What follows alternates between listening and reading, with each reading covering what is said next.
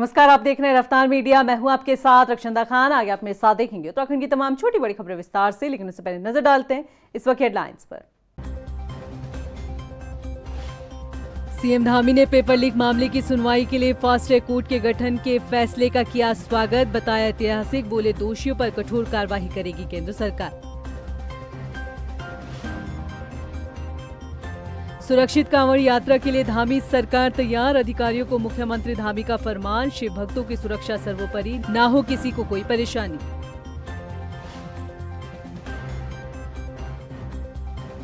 उत्तराखंड में गहरा रहा नर्सिंग स्टाफ भर्ती का विवाद, स्वास्थ्य विभाग के साथ नहीं बन रही बात, अभ्यर्थियों के खौफनाक कदम के बाद सीएम आवास का घेराव।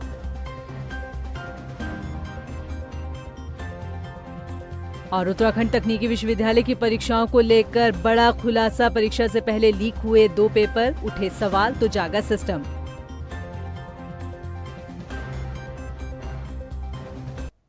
हेडलाइंस के बाद बुलेटिन में खबरें विस्तार से। सीएम धामी ने पीएम मोदी के पेपर लीक मामले में दोषियों के खिलाफ कार्रवाई के लिए फास्ट ट्रैक कोर्ट गठित करने के फैसले का स्वागत किया है।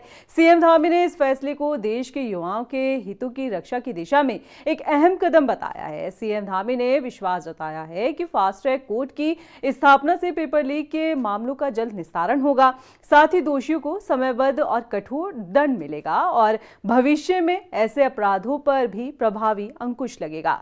देखिए, ये बहुत एक सोची समझी साजिश है कि छात्रों को आगे करके बाद में स्वयं राजनीति करना, माहौल ख़राब करना, कानून व्यवस्था को अपने हाथ में लेना, अराजकता फैलाना। जबकि प्रधानमंत्री मोदी जी के नेतृत्व में आज पूरे देश के अंदर 12 लाख से भी ज़्यादा लोगों को नियुक्ति पत्र वितरण किए गए हैं। नीट का एग्ज़ाम दोबारा करवाया गया है और पूरी पारदर्शिता के साथ करवाया गया है। सीबीआई जांच की इंक्वायरी की गई है, जो लोग दोषी थे उनके खिलाफ कार्रवाई की गई है। 23 जुलाई से शुरू हो रही कांवड़ यात्रा को लेकर धामी सरकार ने बड़ी तैयारी कर ली है। मुख्यमंत्री धामी ने बड़ा बयान दिया है। सीएम धामी का कहना है कि शिव भक्तों को बेहतर व्यवस्था देने के लिए सरकार प्रतिबद्ध है। कांवड़ यात्रा सुरक्षित और सफलतापूर्वक संपन्न करवाने के लिए अधिकारियों को जरूरी दिशा निर्देश दिए गए हैं। सीएम धामी का कहना है कि सभी व्यवस्थाएं पूरी संवेदनशीलता, समन्वय और सेवा भाव के साथ संचालित हो, यही सरकार का उद्देश्य है। कांवड़ मेला हमारे लिए बहुत ही आस्था और श्रद्धा का मेला होता है।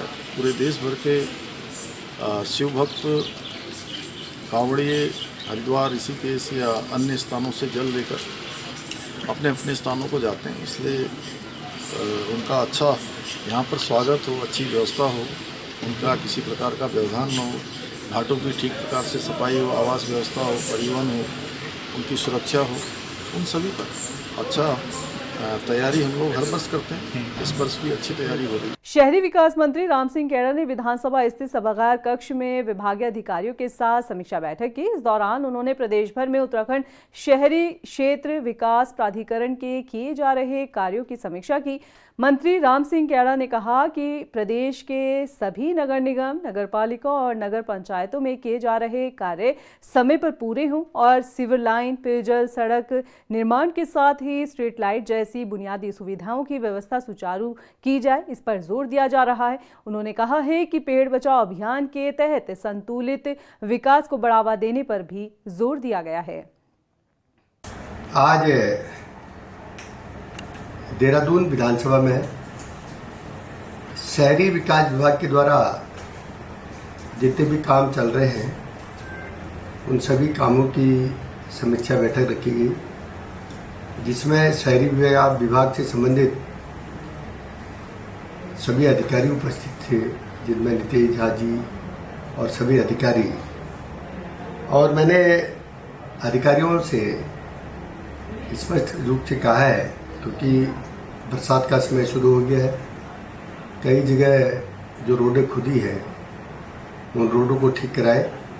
कैबिनेट मंत्री खजान दास ने दिल्ली के जंतर मंतर पर हो रहे घटनाक्रम को दुर्भाग्यपूर्ण बताया है। मंत्री खजान दास का कहना है कि हमारी सरकार छात्रों के बेहतर भविष्य के लिए चिंतित है। सदन में सरकार चर्चा के लिए तैयार है, लेकिन विपक्ष चर्चा नहीं करना चाहता है। खजान दास ने राहुल गांधी पर निशाना साधते हुए कहा है कि राहुल गांधी छात्रों की आड़ में अपनी राजनीतिक रोटियां सेक रहे हैं। सिस्टम होता है, कोई शिष्टाचार भी होता है, किंतु सारे नियमों को तोड़ते हुए आज तक ये पहला कांड हुआ है भारतवर्ष के अंदर कि एक राजनीति का एक बहुत बड़ा नेता, किसी दल का एक बहुत बड़ा नेता प्रतिपक्ष के रूप में वो माननीय प्रधानमंत्री जी के आवास पे जाता है, सड़क पर बैठता है, प्रधानमंत्री जी के खिलाफ नारेबाजी करता है, प्रधानमंत्री जी को गाली गलौज करता है और यहाँ तक कि उनकी मां को भी नहीं बख्शा जाता। तो ये भारतीय जनता पार्टी का एक आईना दिखाने का काम था। उत्तराखंड में नर्सिंग स्टाफ भर्ती को लेकर विवाद गहराता जा रहा है। पिछले 8 महीनों से वर्षवार भर्ती की मांग को लेकर आंदोलन कर रहे नर्सिंग अभ्यर्थियों का सब्र का बांध टूटने लगा है। 8 महीनों से चल रहा ये प्रदर्शन जिम्मेदारों के आश्वासन की पहेली बन गया है।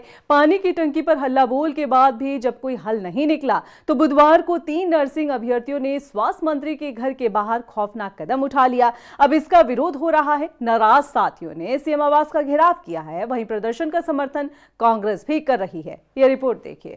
तो सरकार निकम्मी है, तो सरकार बदलनी है। सर, यहाँ खींच के लेके आ रहे हैं। नर्सिंग भर्ती आंदोलन में बड़ा बवाल। 3 प्रदर्शनकारियों ने पिया फिनाइल। स्वास्थ्य मंत्री के घर के बाहर उठाया खौफनाक कदम। और बोतल और पीती बिल्कुल सरकार पर लगाया वादा खिलाफी का आरोप। अरे कोई एम्बुलेंस बुलाओ यार।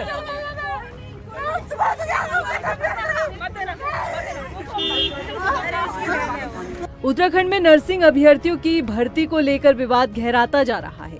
पिछले 8 महीनों से वर्षवार भर्ती की मांग को लेकर आंदोलन कर रहे नर्सिंग अभ्यर्थियों का सब्र का बांध टूटने लगा है। आश्वासन की पहेली में उलझा ये प्रदर्शन कभी शहर के बीचों बीच बनी पानी की टंकी पर स्थगित होता है और समस्या का हल नहीं निकलने पर स्वास्थ्य मंत्री के घर के बाहर अभ्यर्थियों के उठाए खौफनाक कदम तक पहुंच जाता है। स्क्रीन पर नजर आ रहे हैं ये वो अभ्यर्थी हैं जिन्होंने अपनी मांग को लेकर स्वास्थ्य मंत्री सुबोध उनियाल के आवास का चक्कर काटा, लेकिन जब महीने बीत गए समस्या का समाधान नहीं निकला तो हताश होकर 3 महिला अभ्यर्थियों ने स्वास्थ्य मंत्री के घर के बाहर कथित तौर पर फिनाइल पे मजबूर कर रखा है शासन ने।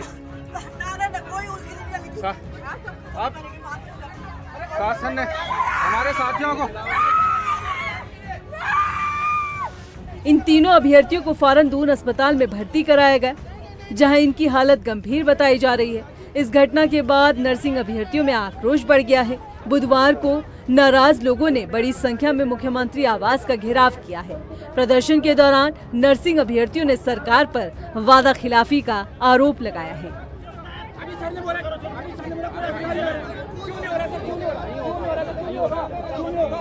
हम माननीय मुख्यमंत्री जी से मिलना चाहते हैं, अपनी पीड़ा रखना चाहते हैं। आखिर वो क्यों नहीं हमारा संज्ञान ले रहे हैं? 5-6 दिन पहले भी हमने नाम लिखवाया हुआ है। वहाँ के द्वारा कहा गया था कि आपको कॉल आएगी, मिलवाएंगे। हम अपनी पीड़ा उनको जो 8 महीने पहले रखे थे, हम दोबारा उनको एक बार बताना चाहते हैं कि सर इसमें कोई ना कोई कम्युनिकेशन निकाला जाए।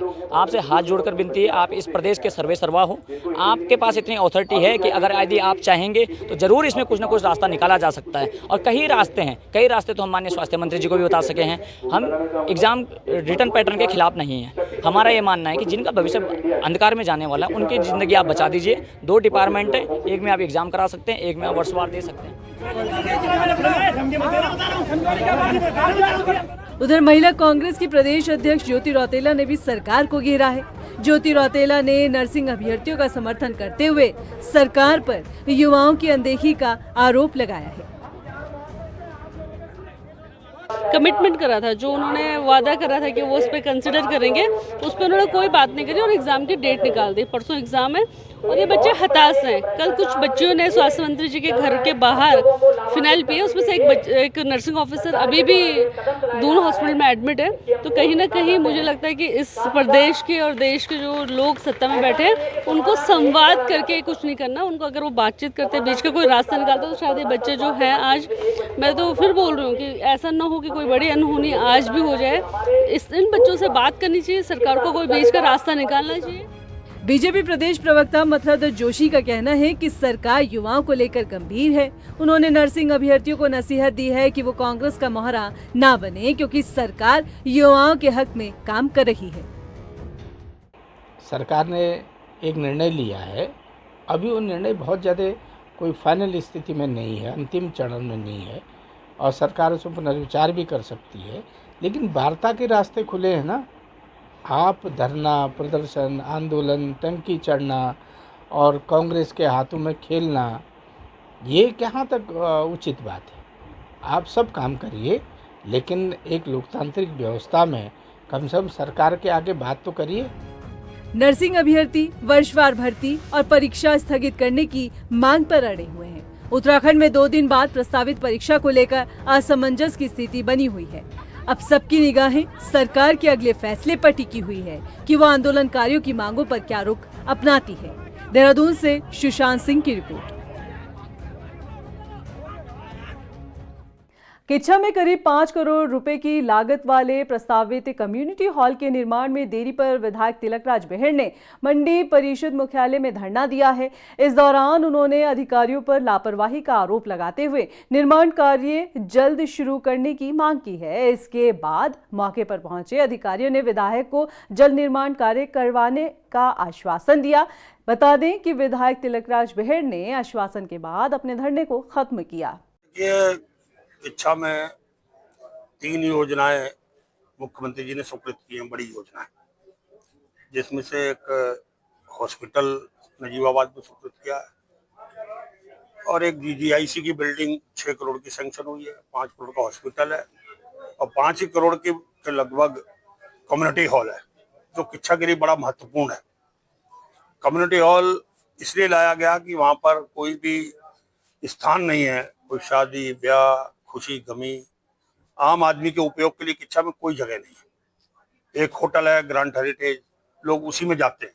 जैसे रुद्रपुर में हमने कम्युनिटी हॉल मैंने अपने कार्यकाल में बनाया था, उसी तरह का मैंने किच्छा में भी एक प्रोजेक्ट तैयार कराया।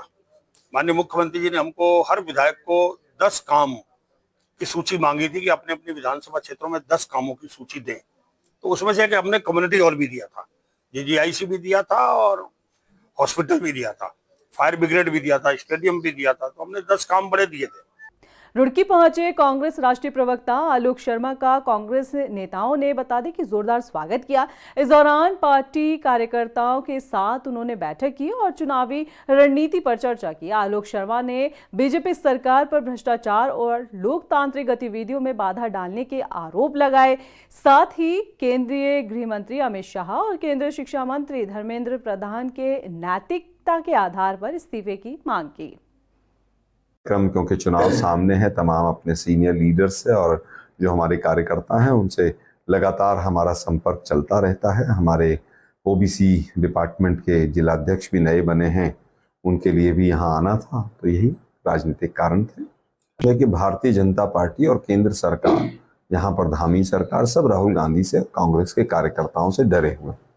जिस तरह से पूरे देश को और खास तौर पर उत्तराखंड को धामी सरकार ने ज्वालामुखी पर बैठा दिया है भ्रष्टाचार के, आज जो भी मुद्दा उठ रहा है वो सरकार के अगेंस्ट जा रहा है।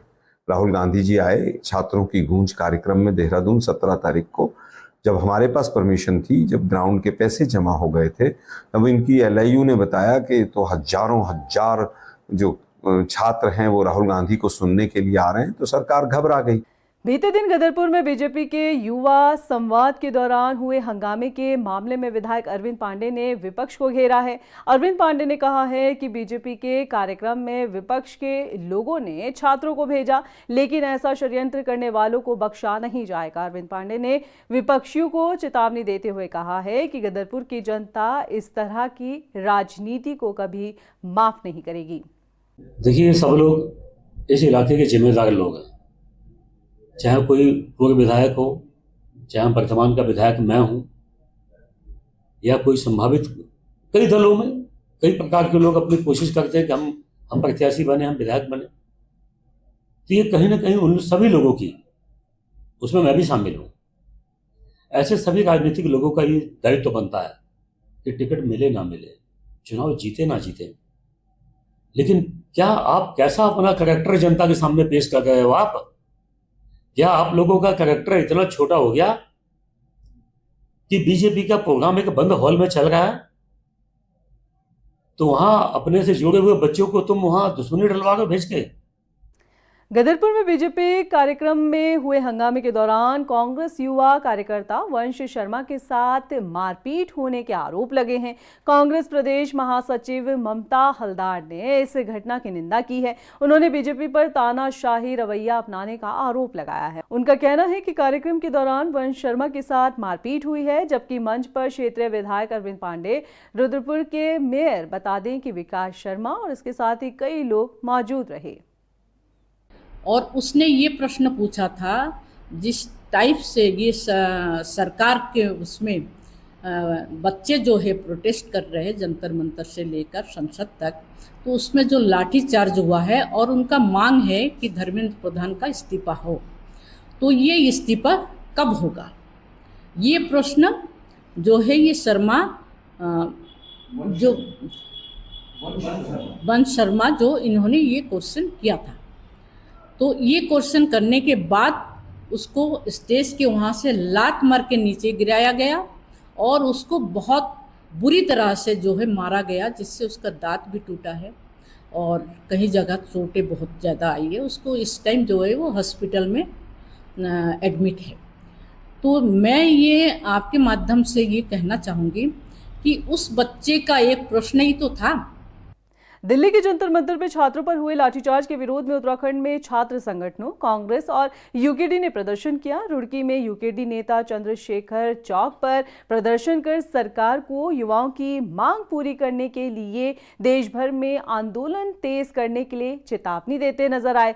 तो वहीं काशीपुर में छात्र संगठनों ने प्रदर्शन कर केंद्रीय शिक्षा मंत्री का पुतला फूका। अल्मोड़ा के गांधी पार्क में भी छात्र संगठनों ने केंद्रीय शिक्षा मंत्री के इस्तीफे की मांग की और अनशन शुरू करा। आपको बता दें कि रुद्रपुर में भी कांग्रेस कार्यकर्ताओं ने बता दें कि यहां सरकार के खिलाफ नारेबाजी की है। दिल्ली में छात्र छात्राएं जो आंदोलन कर रहे थे उन पर जिस प्रकार से लाठी चार्ज किया गया, उस संबंध में हमने प्रदेश अध्यक्ष माननीय गणेश गोदयाल जी के निर्देशानुसार धरना प्रदर्शन किया और महामहिम राष्ट्रपति को एक ज्ञापन प्रेषित किया गया है एसडीएम के माध्यम से। देखिए, जब से हिंदुस्तान के अंदर लगातार नीट पेपर जो लगातार लीक हो रहे हैं, उसको लेकर हमारे बच्चों के अंदर, हमारे छात्रों के अंदर एक आक्रोश है। उस आक्रोश को हमारी केंद्र सरकार ठंडा नहीं कर पा रही, जबकि धर्मेंद्र प्रधान लगातार शिक्षा मंत्री रहते हुए भी इतने वर्ष हो गए धर्मेंद्र प्रधान को, एक भी नीट की पेपर आपने उसको सफलपूर्वक नहीं करवा पाए। जैसा कि आप सभी को पता है, जंतर मंतर में हमारे छात्र साथी धरना प्रदर्शन कर रहे थे शांतिपूर्वक, उनमें पुलिस ने लाठीचार्ज किया। और आप सभी को पता है नीट पेपर जो लीक हुआ है, ये पहली बार नहीं, 2015 में भी हुआ, 16 में भी हुआ, उसके बाद 20 में और 24 में और अभी 26 में। पहले तो यही है कि धर्मेंद्र प्रधान जो कि हमारे भारत के शिक्षा मंत्री हैं, उनसे इस्तीफा मांगा। मैं आप लोगों को बता दूं, आज काशीपुर में भी आ रहे थे, एक नहीं कई छात्र रोडों पे उतरे। क्यों? क्योंकि जंतर मंतर पे हुआ 20 तारीख को जो सलूक हमारे प्रशासन और हमारी सरकार द्वारा ये चीज करी गई, एक बड़ी ही गंदी तरीके से थी, जिसमें हमारी सिर्फ भाई नहीं, हमारी माताएं और हमारी बहनें भी उस प्रोटेस्ट पे। वहीं 27 जुलाई को कांग्रेस के अनुसूचित जाति प्रभाग और अल्पसंख्यक समाज के लोग दिल्ली के जंतर मंतर पर बीजेपी सरकार के खिलाफ प्रदर्शन करने वाले हैं। उत्तराखंड कांग्रेस अनुसूचित जाति प्रभाग इस प्रदर्शन में शामिल होगा। बता दें कि उत्तराखंड कांग्रेस अनुसूचित जाति प्रभाग और अल्पसंख्यक प्रकोष्ठ के प्रदेश अध्यक्षों ने इसकी जानकारी दी है। उत्तराखंड कांग्रेस अनुसूचित जाति प्रकोष्ठ के प्रदेश अध्यक्ष मदन लाल का कहना है कि प्रदेश में अनुसूचित जाति जनजाति अधिनियम का पालन नहीं किया जा रहा है और इसी के विरोध में दिल्ली के जंतर मंतर पर प्रदर्शन किया जाएगा। तो ये कहने का संविधान को तोड़ना मोड़ना काम कर रहे हैं। ये हमारे महापुरुषों का इस्तेमाल है और केवल वोट के अंतिम में करते हैं। बाबा साहब के बनाए संविधान को नहीं मानते, लेकिन उनकी जयंती पर समरसता कार्यक्रम जरूर करते हैं, लेकिन उनको मानते नहीं है। ये संविधान तो मैं अधिकार दिया था, इस तरह की जो सुविधा मिली थी उनको खत्म करने का काम भारतीय जनता पार्टी ने किया है, आपके माध्यम से अवगत कराया है। और आने वाले 27 के चुनाव में निश्चित रूप से दलित और मुस्लिम इकट्ठा होकर ये जो 32 सीटें हैं एक तरफा कांग्रेस पक्ष में करने का काम करेंगे। और जो अभी 18 जुलाई को जो कुकृत्य भारतीय जनता पार्टी ने जंतर मंतर पे किया है, आपके माध्यम से हम दोनों लोग उसकी घोर भर्त्सना करते हैं। उसकी जितनी निंदा की जाए उतना कम है, ऐसा महसूस नहीं होना चाहिए था। मुझे लगता है जो बेऔलादों की सरकार यहाँ चल रही है, उनको किसी के औलाद का दुख नहीं है। और भारतीय जनता पार्टी इस पे तवज्जो देती तो आज हम लोगों को अपने बच्चों को इतना पैसा खर्च करके बाहर भेजने की ज़रूरत नहीं थी। अभी जगह जगह आप देख लीजिए स्मार्ट सिटी का नाम दे दिया गया। आप एक ही बारिश में कितना जल भराव हो जाता है, कितनी घटनाएं होती हैं, आपको पता नहीं लगता कि आपकी गाड़ी कहाँ जा रही है। आप पूरे रोड देख लीजिए और आप दावा करते हैं कि विकास, बल्कि विकास नहीं विनाश हो रहा है।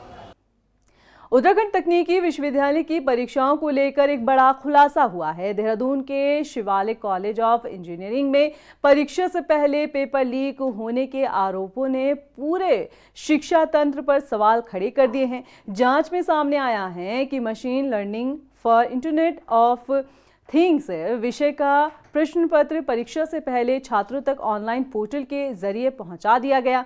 वहीं इलेक्ट्रॉनिक मैग्नेटिक फील्ड थ्योरी विषय की गोपनीय परीक्षा जो कि होती है उस पर भी गंभीर आरोप लग रहे हैं। मामले में प्रेमनगर थाने में मुकदमा दर्ज कर कार्रवाई शुरू हो गई है। विश्वविद्यालय ने आरोपी सहायक प्रोफेसर पर एक्शन लिया है।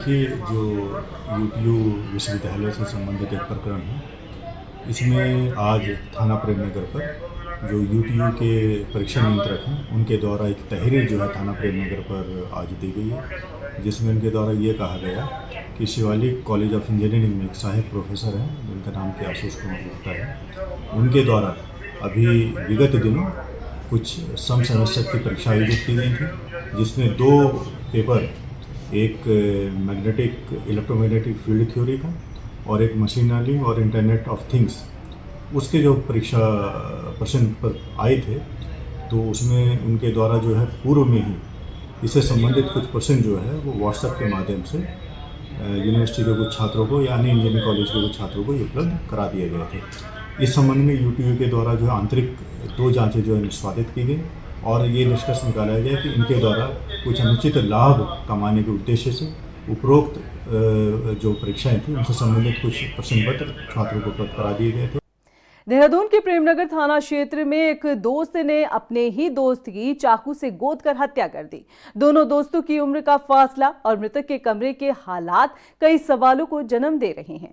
पुलिस इस हत्याकांड के पीछे की वजह तलाश रही है। आखिर इंटरनेट की दोस्ती कैसे दीपक के लिए जानलेवा साबित हो गई, इस रिपोर्ट में देखिए। देहरादून में सनसनीखेज हत्याकांड, सोशल मीडिया पर दोस्ती का भयानक अंजाम, चाकुओं से गोदकर की गई दीपक गुप्ता की हत्या। किस बात का दोस्त ने लिया दीपक से इंतकाम? 20 साल के रोहन प्रजापति ने अपने 48 साल के दोस्त को आखिर क्यों मार दिया? आखिर ऐसा क्या हुआ 22 जुलाई की शाम जो रोहन ने दीपक की हत्या कर दी? पटेल नगर के देव ऋषि एनक्लेव में हुई दीपक गुप्ता की हत्या से क्षेत्र में सनसनी फैल गई है। देर शाम पुलिस को सूचना मिलती है कि एक युवक ने दीपक गुप्ता पर चाकू से हमला कर दिया है। ये सूचना देने वाला शख्स दीपक का भाई होता है। सूचना मिलते ही पुलिस मौके पर पहुंचती है, जहां दीपक नग्न हालत में मृत मिलता है। दीपक की गर्दन के पिछले हिस्से में गहरे घाव मिलते हैं और उसी घर में आरोपी भी खड़ा होता है, जिसे दीपक के परिजनों ने पकड़ कर रखा था। मौके पर पहुंची पुलिस घटनास्थल का निरीक्षण करती है और फिर आरोपी रोहन प्रजापति को हिरासत में ले लेती है। कल साय को ये सूचना मिली थी कि जो ऋषिनगर एनक्लेव है उसमें एक व्यक्ति के द्वारा एक अन्य व्यक्ति की जो है हत्या कर दी गई है। इस संबंध में तत्काल जो है पुलिस के अधिकारी द्वारा मौका मुआयना कर लिया गया था। फील्ड FHL के द्वारा भी मौका मुआयना कर लिया गया था और इसमें तत्काल जो मृतक थे उनकी सिस्टर की FIR के एप्लीकेशन पर FIR पंजीकृत में कर ली गई थी और इसमें जो अभियुक्त था रोहन प्रजापति, उसको भी पुलिस के द्वारा इसमें अरेस्ट कर लिया गया था और आज उनको जो है अग्रिम वैधानिक कार्रवाई करते हुए माननीय न्यायालय में पेश किया गया, जहां से उनको जो है न्यायिक अभिरक्षा में भेज दिया गया। आरोपी रोहन से पूछताछ में सामने आया है कि सोशल मीडिया के जरिए दोनों में दोस्ती हुई थी। पुलिस के मुताबिक दीपक का अपनी पत्नी से लगभग 7 से 8 साल पहले ही तलाक हो चुका है और वो 2004 से ही अपने भाई बहनों के साथ देहरादून में रह रहा था। इसी दौरान सोशल मीडिया पर दीपक और रोहन की जान पहचान हुई, जो कि बाद में दोस्ती में बदल गई और 22 जुलाई की शाम को दीपक के कहने पर ही रोहन उसके घर पहुंचा था। बेसिकली ये जो मृतक हैं दीपक गुप्ता, ये ऑनलाइन शेयर ट्रेडिंग का काम करते थे और जो रोहन प्रजापति हैं ये भी BCom द्वितीय वर्ष का एक प्राइवेट संस्थान में छात्र था, तो इसी से उसके जो ये पढ़ाई वजह से रिलेटेड है, ऑनलाइन ट्रेडिंग के संबंध में भी उनकी जानकारी के हेतु क्या कैसे कैसे किस प्रकार से ऑनलाइन ट्रेडिंग का काम होता है, इसी संबंध में इनके चर्चा के लिए ये 2-3 बार मिले थे। अब जब दोस्ती का अंत इस भयानक रूप में सामने आया है तो सवाल खड़े हो रहे हैं कि आखिर कैसे ये ऑनलाइन ट्रेडिंग करने वाले दीपक की किस तरह 28 साल के बीकॉम के छात्र रोहन से दोस्ती हुई थी। दोनों दोस्तों की उम्र का फासला और कमरे के हालात में इस हत्याकांड से जुड़े सवालों के जवाब है, जिन्हें पुलिस अपनी जांच में खोज रही है। देहरादून से हिमांशु चौहान के साथ ब्यूरो रिपोर्ट, रफ्तार मीडिया। रुद्रपुर के आबकारी विभाग ने बिंदुखेड़ा और बतादी के अर्जुनपुर गांव में छापेमार कार्रवाई कर अवैध कच्ची शराब के खिलाफ बड़ी कार्रवाई की है। अभियान के दौरान 105 लीटर अवैध कच्ची शराब बरामद की गई, साथ ही एक अवैध भट्टी ध्वस्त की गई। बता दें कि करीब 2500 किलोग्राम लहन को भी नष्ट किया गया। मामले में आबकारी अधिनियम के तहत मुकदमा दर्ज कर विभाग ने जांच शुरू कर दी है। आज दिनांक 23/7/2026 को अवैध मद निष्कर्षण के विरुद्ध जो है क्षेत्र एक रुद्रपुर की टीम ने विशेष अभियान चलाया, जिसके तहत एक बिंदुखेड़ा में एक अवैध मद निष्कर्षण भरी भट्टी को नष्ट किया गया। उसके अलावा 2500 लीटर लहन नष्ट किया और 25 लीटर शराब बरामद की। इसके अतिरिक्त ग्राम अर्जुनपुर में एक महिला सुरजीत कौर के घर से तलाशी के दौरान 80 लीटर शराब बरामद की गई और जिनके विरुद्ध धारा 60 में एक्साइज एक्ट में कार्रवाई की गई है और अभियान आगे भी जाएगा। फिलहाल के लिए इस बुलेटिन में इतना ही। मुझे दीजिए इजाजत, लेकिन चलते चलते नजर डालते इस वक्त की हेडलाइंस पर। नमस्कार। सीएम धामी ने पेपर लीक मामले की सुनवाई के लिए फास्ट ट्रैक कोर्ट के गठन के फैसले का किया स्वागत, बताया ऐतिहासिक, बोले दोषियों पर कठोर कार्रवाई करेगी केंद्र सरकार। सुरक्षित कांवड़ यात्रा के लिए धामी सरकार तैयार, अधिकारियों को मुख्यमंत्री धामी का फरमान, शिव भक्तों की सुरक्षा सर्वोपरि, ना हो किसी को कोई परेशानी।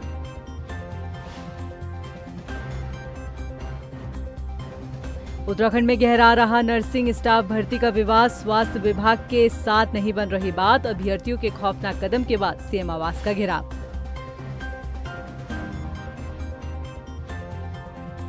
और उत्तराखंड तकनीकी विश्वविद्यालय की परीक्षाओं को लेकर बड़ा खुलासा, परीक्षा से पहले लीक हुए 2 पेपर, उठे सवाल तो जागा सिस्टम।